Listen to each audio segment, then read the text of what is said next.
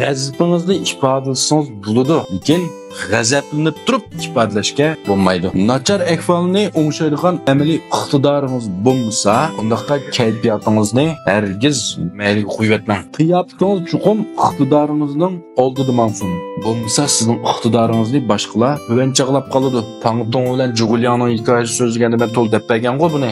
O'zingizni o'zgartirishdagi eng unumli, eng tezsi dal shu o'zingiz qo'rqgan, o'zingiz bek yaxshi qilolmaydi deyim, bek yoqtirmaydi deydigan, shundaq o'zingiz zirkiklab qo'yadigan ishlarni qilib sinab beqish. Kayfiyatingiz bek nachar chog'da ortiq gap qilmang. Tinch, jim turib xatolashib qilishning oldini olib shunami? Ochiqni yengan batur Qur'onga yetgan bir kishining, bir har kishining maybayotishini bunda qiyinchiliklarni boshqalar deyishi va dattukchi mayli qosh tarafdan o'ylasak ancha to'g'ri emas, ancha yorishib ketmaydi.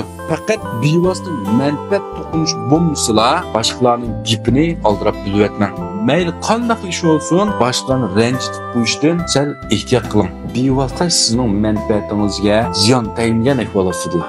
Aloqadagi hamma yaxshi bo'lgan, eng yaxshi usul boshqalarga noit qizg'in, noit kang qo'rsoq, noit mard bo'lish, ortiq gapni so'rmaslik, hech nimani bilmaydigandek turib olish. Qanday? Deganim to'g'rimi ya? Yo'q, to'g'rilar bir-birdan yaxshilik qilib qo'yinglar. Rahmat.